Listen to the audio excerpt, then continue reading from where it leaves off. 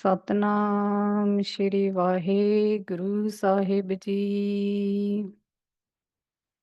ਗੋਬਿੰਦੇ ਮੁਕੰਦੇ ਉਦਾਰੇ ਅਪਾਰੇ, ਹਰਿਯੰ ਕਰਿਯੰ ਨਿਰਨਾਮੇ ਅਕਾਮੇ। ਗੋਬਿੰਦੇ ਮੁਕੰਦੇ ਉਦਾਰੇ ਅਪਾਰੇ, ਹਰਿਯੰ ਕਰਿਯੰ ਨਿਰਨਾਮੇ ਅਕਾਮੇ। ਗੋਬਿੰਦੇ ਮੁਕੰਦੇ ਉਦਾਰੇ ਅਪਾਰੇ, ਹਰਿਯੰ ਕਰਿਯੰ ਨਿਰਨਾਮੇ ਅਕਾਮੇ। ਵਾਹਿਗੁਰੂ ਜੀ ਕਾ ਖਾਲਸਾ, ਵਾਹਿਗੁਰੂ ਜੀ ਕੀ ਫਤਿਹ। ਧੰਨ ਧੰਨ ਗੁਰੂ ਨਾਨਕ ਦੇਵ ਜੀ ਮਹਾਰਾਜ, due to his kirpa, we're going to continue with the Adhyaya 6, where the Guru is explaining further about how the Brahm takes the form of Maya, what is Sansar, and what is Brahm, and how the Param is removed. So Maharaj is giving example of oyster. Previously as well, we took the example of oyster, and Maharaj explains that how when you look at an oyster, it's made of shell, there is flesh in it, and also there is pearls in an oyster too sometimes. And based on from the distance, or whoever is looking at through a distance, sometimes it appears to be, if you're looking at a distance, due to the rays of the sun, due to that flash, it might appear that there is sand in it. Sometimes it looks like there is a silver coin in it. And sometimes some might say there is just a piece of paper in it. Now, the same way in someone who does a bit of experience or goes closer to the oyster, and they have a bit of a feeling, play around with that, and they will see that there is pearl in it. The same thing is about Akal Purakh Paramatma, about the Mool. When someone gets closer to the Mool, depending upon how close one gets to the Mool, the Par Brahm Akal Purakh appears in different form. Some call it in a form of Devi, some call it as a Prakash, some call it with some different names. So Maharaj says, even Gurbani, koi bole Ram, Ram, koi Hudai, koi Allah. Some call the Paramatma as Ram. Ram means that which is pervading everywhere. Ramya hoya, that which is pervading in everywhere. So based on the understanding, based on the experience, everyone gives name to the same truth, divine. All these are different names given as per the perception, as per the experience, as per the understanding. But the truth is, it's all Paramatma. So it doesn't really matter to Paramatma that what name we use to call it, because the truth itself has no name. Maharaj calls it's aname. It doesn't have a name. No amount of name can fully capture it. That's why it's Akath ki katha. So some call the Jagat Sansar as Maya, because there are so many different forms and we don't know the Sat Roop, the Sat Chit Anand, the supreme consciousness that is present there. From that little understanding, we call it Maya. But it's Paramatma only that has taken the form of Maya. The very nature of Maya is to make Jeev forget its real Sarup. So that's what Maya is doing. So when we don't know our real Sarup, just like how someone is looking at the oyster and gets this different perception, same way, when we look at the world, we see different perceptions of Paramatma. Dohra, Puran Advay Atma Abhay Achal Apar. Maharaj gives the definition of Paramatma, the qualities of Paramatma, that he is Puran. Puran is something that is complete. Now, let's take an example of a circle.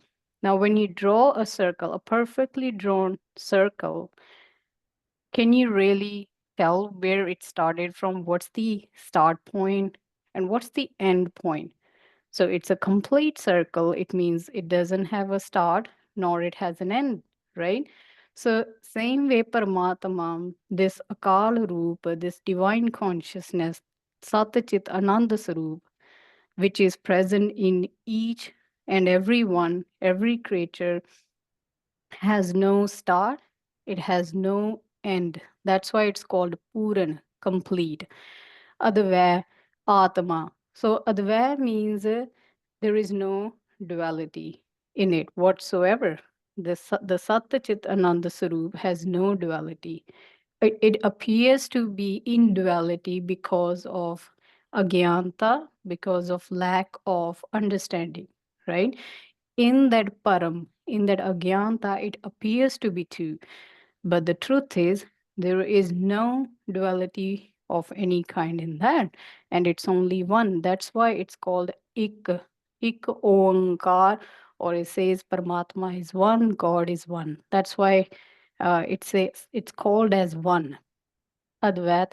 Atma, the Atma is the Sat Chit Ananda, the quality of this Chit, this awareness that it has in it. That's its quality. That's why it's always aware, even when we are talking, even when we are dreaming, even when we are in deep sleep, that awareness constant that's present, it never sleeps. So that's why it's called Atma, the Sat Chit, means constantly aware. Apay. Now it's called, that's why Maharaj says Nirpao as well in Mool Mantar.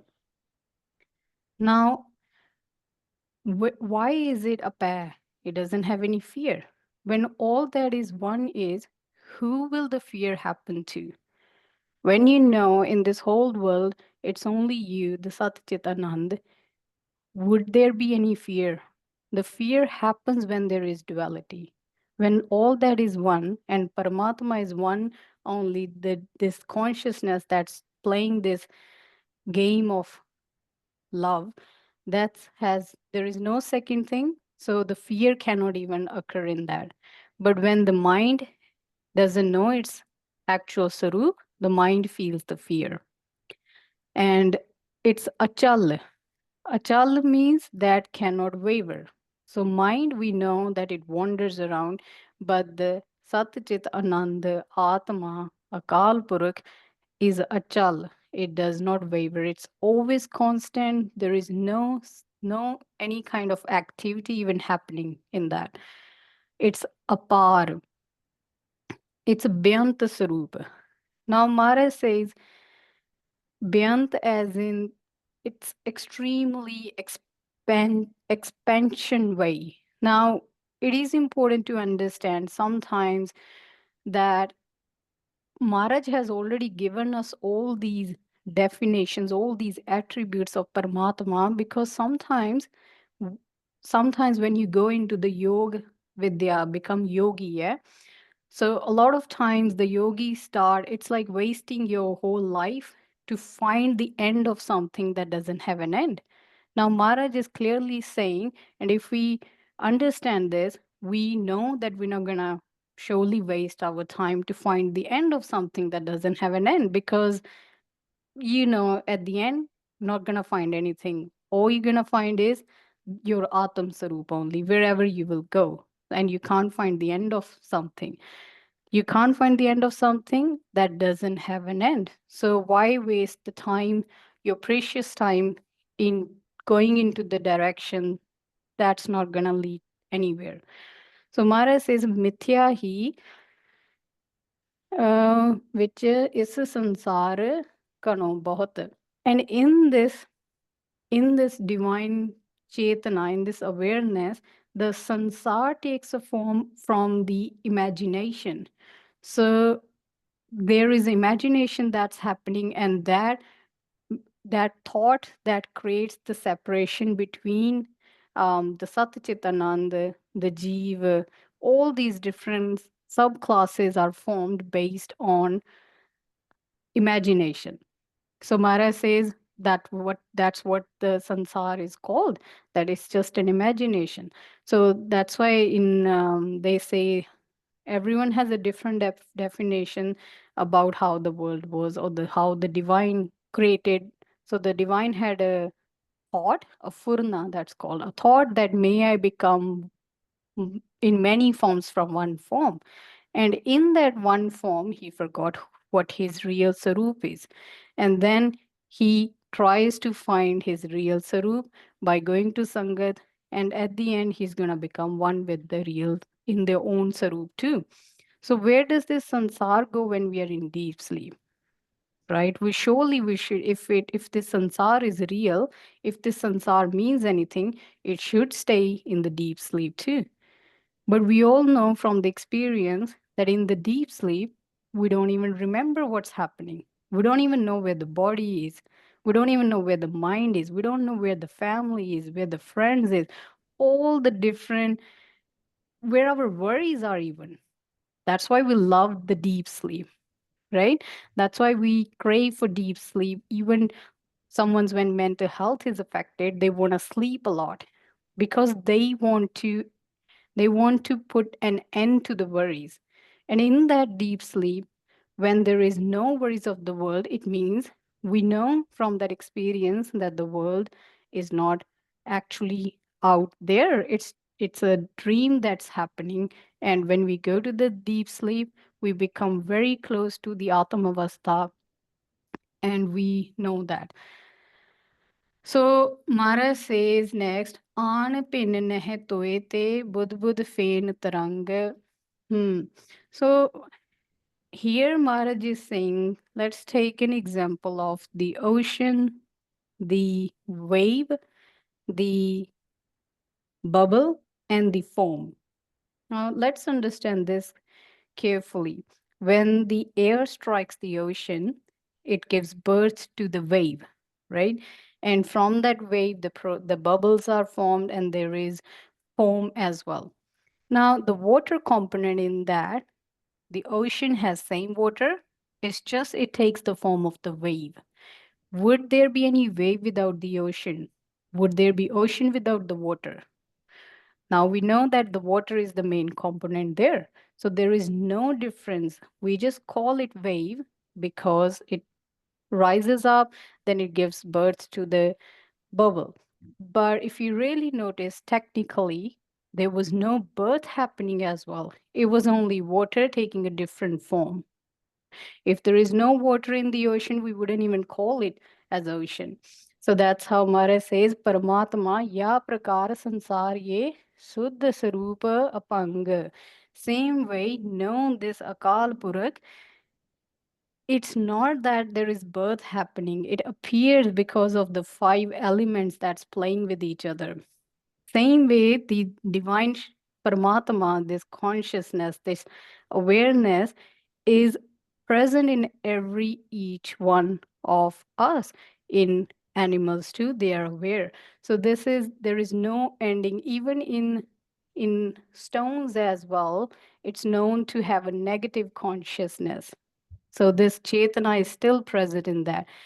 Same way, it doesn't matter if this consciousness, this Paramatma has taken so many different forms. Somewhere it's in a male body, somewhere it's in a female body, somewhere it's in a child form. But that awareness is the same. So Maharaj says to understand this in a way that the five elements that this body is made of, your body is made of, the same five elements someone else's body is made of. So Maharaj is explaining that understand that Tat Gyan, the Shuddha Sarupa. Shuddha means that is completely pure. No amount of duality exists in that. That which is completely pure has no amount of duality. That's called the Shuddha Sarup without any mal. There is no ahankar as well there, because it has transcended. That's the form that's called that complete consciousness. Shuddha, pure consciousness is the word sometimes it's used in English. So Maharaj says, without this pure sarup, there is nothing else. Puran Atma Meh Jagat Kanchan Muhar Prakar ਪਰਮੇਸ਼ਰ ਅਤੇ ਸਾਰੇ ਜਗਤ ਵਿੱਚ ਇਸ ਤਰ੍ਹਾਂ ਵਿਆਪਕ ਹੈ ਕਿਵੇਂ? Okay, how is Maharaj saying, how is this Akal Purakh Parmeshwar Maharaj, how is this Parmeshwar actually present in the world? So take an example of a gold coin. When we look at the gold coin, we see, let's say it's a $2 gold coin, and the number 2 is engraved on it, right? Now, when we look from our understanding, we see it as $2 gold coin. But the truth is, it's actually just gold. It's the same number 2 that has been engraved on that gold coin. So is there anything other than gold in that coin? Now we know that definitely it's gold. Doesn't matter if it's been drawn as number 2. Doesn't matter if there is a Queen Victoria or Elizabeth on it. It's the same gold, right? So same way Maharaj is saying, it does not matter what root Paramatma is taking, because we need to understand it is Paramatma only that has taken all this form in the roop of Shakti. Does it really matter what roop it is appearing as? But when we see that that same gold tat is there, the essence, when we understand the Sat roop, that which is never changing, we will know that it's the same Paramatma that's playing the divine game as everyone and still remaining nirlep. Advai achal arup aj mundra naam asar. So Guru Sahib explains again that it's without duality. There is no, the two things never appeared. That's what Maharaj is saying, that it only appears because of the lack of understanding. In reality, there was no second thing that was ever born. That's why it's achal.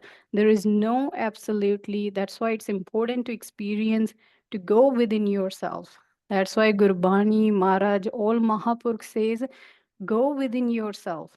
There is an immense treasure, something you're going to find within yourself.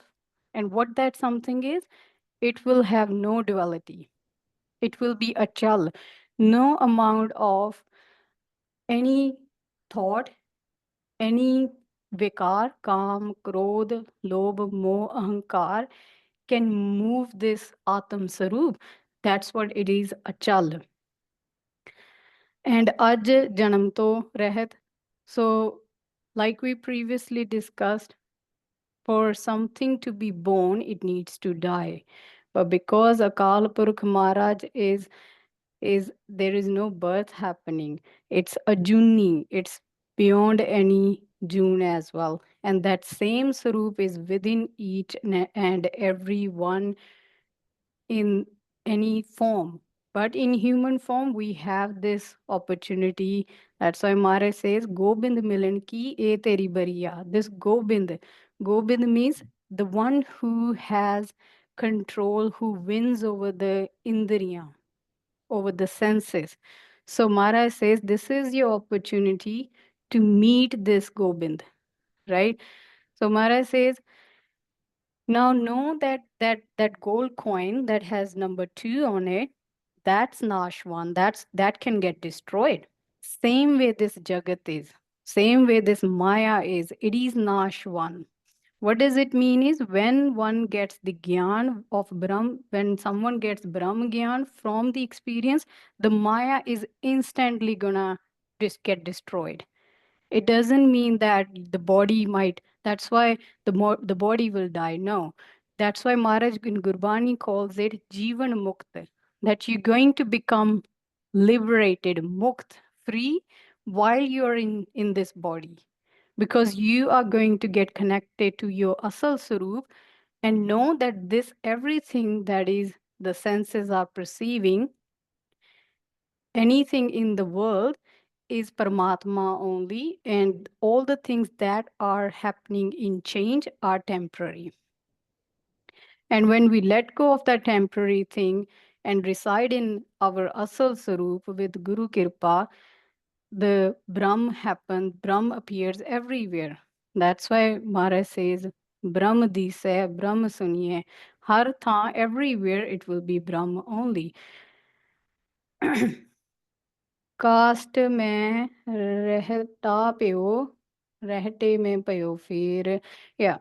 So Maharaj gives example of a wood. Now it's called charkha. So charkha is a spinning wheel, the instrument that is used to make threads, like to, you spin that wheel. It's a traditional Asian instrument that's used, and that is made of wood. Now Maharaj is explaining that that spinning wheel, which is made of the wood, what happens, we put cotton into that spinning wheel, in that charkha, and in that we start spinning it, right? And then what happens, we form different threads from that thread. So that is the process how a cloth is formed. This is an olden ways. Now we have machines, but this is an ancient olden way. I'm sure people still have it in India. They do it. So this is a way to form thread. Mara says, okay, you put the cotton in there, you change it to the thread, and then what happens, you you form piece of cloth from it, right? Then basan peyota sood ko putli basan manjar, and in that piece of cloth, an artist, he does um, he creates different types of artifacts on it in different forms of structure, flowers, characters on that piece of cloth. So if you can see it, this is the example of fulkari, it's called, right? So understand this is a piece of cloth and how the artist has drawn different characters. Now, this piece of cloth was formed through a device which was made from wood, which means this has got nothing to do with the wood. And from that device, the cotton took form of this thread. All these different threads took form of different characters. Mara says then it appears that in this piece of cloth, the characters appear to be fighting with each other, right? They are somewhere they are friends, somewhere they are hating each other. But Maharaj is saying, what's that got to do with the wood? Right now, it's something to think about. It's just something that's happening on a piece of cloth. What does wood have to do with any of this? What does the thread even have to do anything out of it? Now, if someone looks at this photo, they might see different things. They might, according to their understanding, imagination, might see different things. But is it really the fault of the thread? Is thread actually doing anything? Is the wood that created the spinning wheel is doing anything? No, we know that. So आपस में पुत्री सबे कर्त परस परार, and all these statues are these artifacts appear to be fighting with each other. Kaho kaha sanbandh. So Maharaj says there is no relationship between these artifacts or the thread even, or even the wood. There is absolute no connection there. Na bikar yo brahm mein kalpe prani and. And and, Maharaj says, because of the and, agyanta, right? Because of the lack of the wisdom, prani, the jeev who has forgotten his real sarup, he's just creating imaginations in the mind. That one is a friend, one is enemy, this person doesn't like me, I don't like this person. All this is constantly going in because of agyanta, right? So Mara says when Guru gives the gyan and then there is sab gobind hai, then there the truth is revealed that actually there is no second character in this game, right? So Mara says, Brahm Ratan Nirmol Nij Tako Krant Anant Apna Aap Roop Brahm Molak Hira. Yeah. So in this Nij means within. Again, everywhere you go, this is important to go within. So Mara says, Nij within you there is something nirmol, a priceless thing which is called the Brahm Ratan. The name that Maharaj calls is as a precious stone, even precious than Kohinoor Hira, right? I think that's the most precious thing that's out there in when it comes to diamonds. So imagine Maharaj is actually saying there is something so precious within you, Tako Kratanant, and that precious thing has taken many forms, right? The same precious thing that is within you is in everyone else. So you can't even do ankar of that, that this is only within me. You're just a mere drop of that ocean, drop of that water that is present everywhere. When this body is going to get destroyed, the Panch Tattva, the five elements, the same consciousness, Paramatma, Akal Purakh is going to remain. है नहीं कह तो ना बने जद ब्रह्म तो बगैर है ही नहीं. Maharaj says, what is there even? There is no point of even saying much here when there is nothing else other than the Brahma, other than the Paramatma. What can I even say here when there is Paramatma only? But because of the Maya, the Agyanta, the Jeev forgets their true real Sarup, that's why we think there is something called Maya even. The very nature of Maya is to make you forget your own Sarup, right? But when you see Guru in everyone, when you do Abhyas in this way that you see Guru in everyone, and when we say in everyone, it means everyone. Eventually, you'll have to see the Guru in yourself too. But first, you have to see the Guru in everyone. Then the Guru removes, with the wisdom, the Guru removes the difference, the ped between Jeev, Ishwar, Par, Brahma, Akal Purakh, all that. So Maharaj says, Keh Nath ka so kaho ad mad ar ant. Maharaj says, how can I, in what way can I do this kathan? That's why it's called Akathaki Katha. Maharaj says, what words can I even use to describe it when in the Ad, when the start, it was the same Akal Purakh. In the middle, right now, it's Akal Purakh. In the end, all through past, present, future, in all the three Kals, it has been Akal Purakh only. What can I even say here now? Jyo Rab main nahi, just in a way that when we can't tell whether there is day or night in us in sun, right? We look at the sun, can we really say that? Obviously there is only prakash, light, that's it. The sun is radiating light. We can't even say that the sun has day on it, nor can we say that there is night at the sun. Same way Maharaj says, when all there is Akal Purakh or the Prakash, this Prakash is not a physical light. Okay, we need to make sure that we don't get into this trap as well, that there is some kind of physical light somehow is going to appear. No, Maharaj is talking about the light, the Jyot awareness of consciousness. Maharaj is saying, what can I even say when this Prakash has the same Prakash is giving to the sun? How can I even say that there is Gyan, Agyan? When all that is Paramatma, how can I even say that there is a Brahma Gyani, there is a Gyani? How can I even say there is Maya, there is Paramatma? When all that is Brahma, there is no chore, there is no sad. Maharaj says that in this Akal Avastha, all that is Paramatma only. So, Maharaj Kripa, we will take Vishram here. And if there is any vichar, we'll do that. Vaheguru Ji Ka Khalsa, Vaheguru Ji Ki Fateh.